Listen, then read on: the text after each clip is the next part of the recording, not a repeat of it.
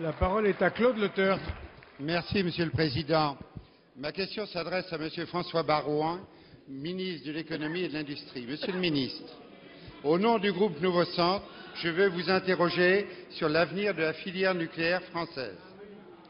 C'est d'abord une industrie phare dont l'expertise est mondialement reconnue, tant sur le plan de la construction, des opérateurs, de la sécurité et de la recherche.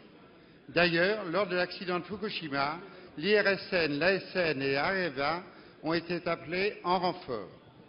C'est également une filière économique d'excellence avec des exportations à hauteur de 6 milliards d'euros par an.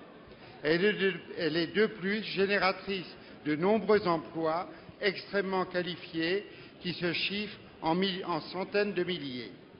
Enfin, elle garantit notre indépendance énergétique à un prix très avantageux pour toutes nos entreprises et pour tous les Français. Toutefois, force est de reconnaître que l'accident de Fukushima et la décision allemande ont assombri l'avenir du nucléaire.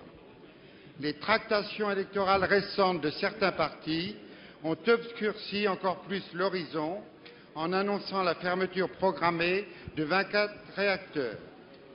Et, à l'occasion de la modification à la va-vite d'un accord politique, tirer un trait sur toute la filière MOX, combustible nucléaire spécifiquement français, est totalement destructeur et irresponsable.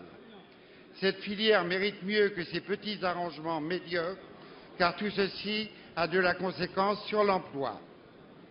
Ainsi, le groupe Areva prévoirait un plan social de 2700 suppressions d'emplois, dont plus de 1000 en France.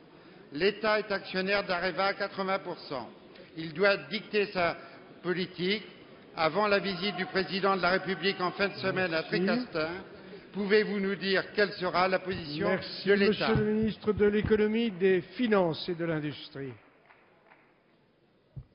Merci, Monsieur le Président, Mesdames et Messieurs les députés. Monsieur le député, l'information dont vous parlez n'en est pas une, c'était une rumeur. Elle a été démentie par la direction d'Areva, confirmée dans le démenti par le ministre de l'Industrie, Éric Besson.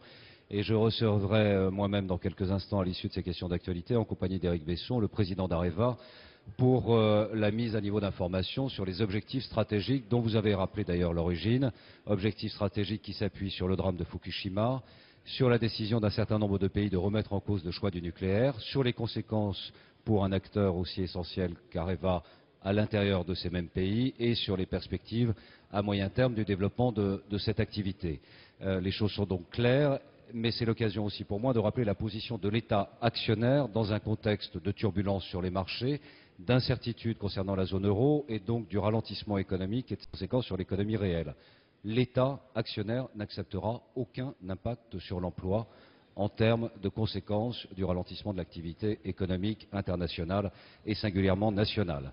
L'emploi ne sera pas une variable d'ajustement dans des plans où l'État aura son mot à dire. Il ne cautionnera ni directement ni indirectement des impacts sur l'emploi et donc la stratégie mise en œuvre par les opérateurs ou par les chefs d'entreprise qui ont une mission de service public ne se fera en aucune façon, quelle que soit l'évolution de l'activité économique, quelles que soient les circonstances internationales, sur la réalité de l'emploi. Pour le reste, nous poursuivrons là le travail, nous définirons ensemble une stratégie, nous afficherons une méthode, nous fixerons des objectifs et nous respecterons les calendriers.